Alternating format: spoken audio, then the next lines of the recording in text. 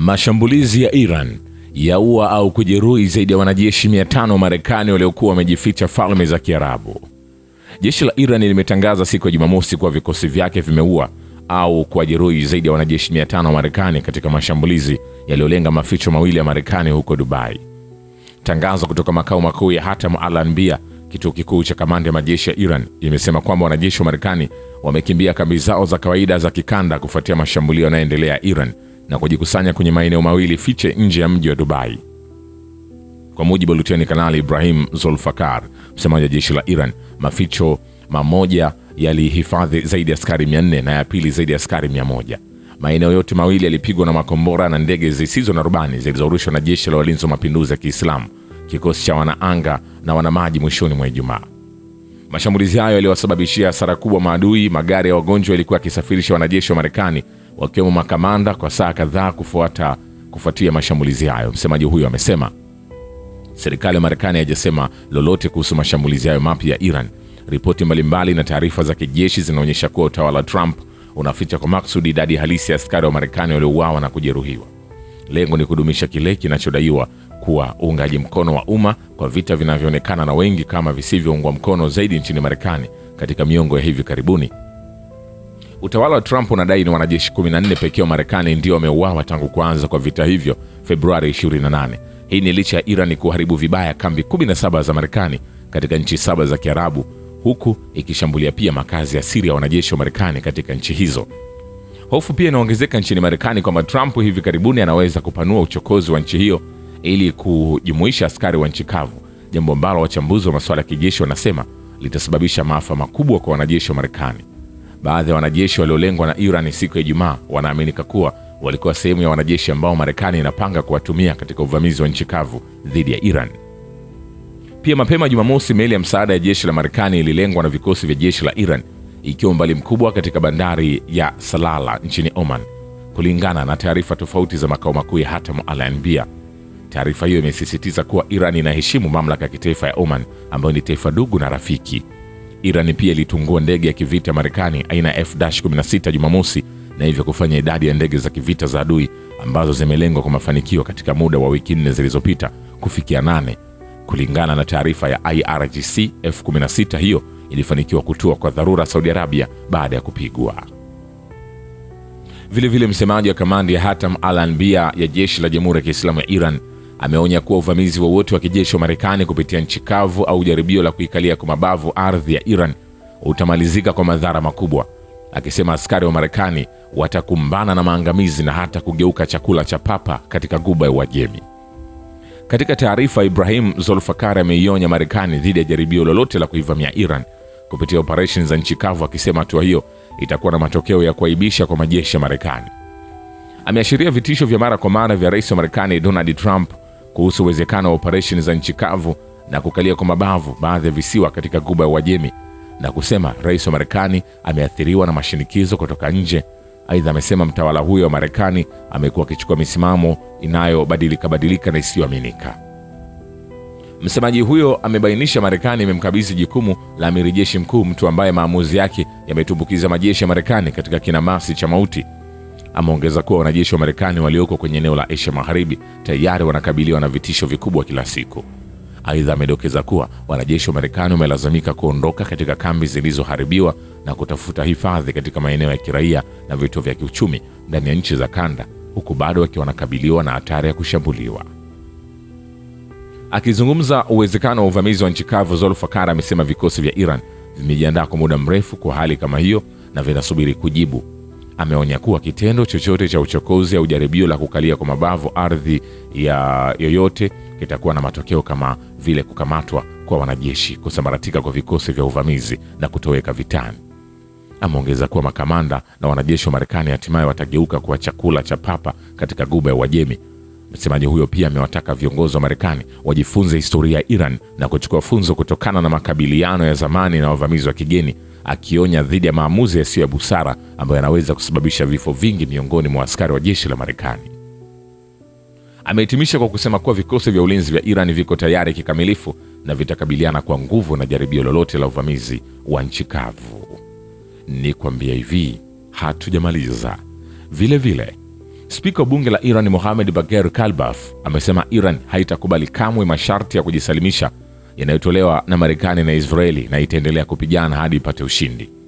Amesisitiza kuwa umoja wa kitaifa umevuruga juhudi za maadui za kuigawanya jamii ya Iran, akiongeza kuwa badala ya taifa kusambaratika limezidi kushikamana zaidi mbele ya shinikizo kutoka nje. Kalbaf amesema vita vya Ramadhani sasa viko kwenye hatua yake nyeti zaidi, na kuongeza adui aliyedai kuwa ameangamiza vikosi vyetu vya anga, majini na makombora alikuwa na mpango wa kuangusha Jamhuri ya Kiislamu. Sasa ameelekeza macho yake kwenye kufungua lango bahari la Hormuz ambalo lilikuwa wazi kabla ya vita vya Ramadhani, lakini leo ni lango kuu la operation la Trump. Spika wa bunge la Iran amesema kuwa ingawa Marekani inaonyesha hadharani nia ya mazungumzo, wakati huo inaendeleza mipango ya uvamizi wa nchi kavu. Ameonya kuwa vikosi vya Iran viko tayari kwa hali kama hiyo na vitatoa majibu ya haraka na madhubuti. Amesisitiza kwa fadhila za Mwenyezi Mungu mtukufu hatutatoka katika vita ila kwa ushindi, na dalili zake tayari zinaanza kuonekana. Hatutaruhusu maadui kujiondoa vitani bila kuimarisha mamlaka na nguvu ya Iran. Tutageuza vita hivi kuwa funzo kubwa kwa yeyote atakayefikiria kufanya uchokozi.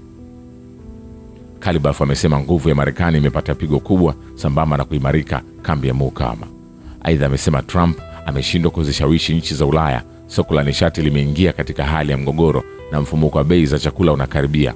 Alama za nguvu ya Marekani, kuanzia ndege ya kivita F-35 hadi manuari za kubeba ndege na kambi zake za kijeshi katika eneo, zimepata mapigo makubwa. Mashambulizi dhidi ya utawala wa Kizayuni wa Israeli yamekuwa yenye ufanisi, usahihi na yenye athari za msingi. Ameongeza Hezbollah nchini Lebanon, ambayo ilikuwa ikitishiwa mara kwa mara kupokonywa silaha, leo ni sehemu muhimu na yenye nguvu ya kambi ya mukawama na imeuweka utawala huo dhalimu katika mtego.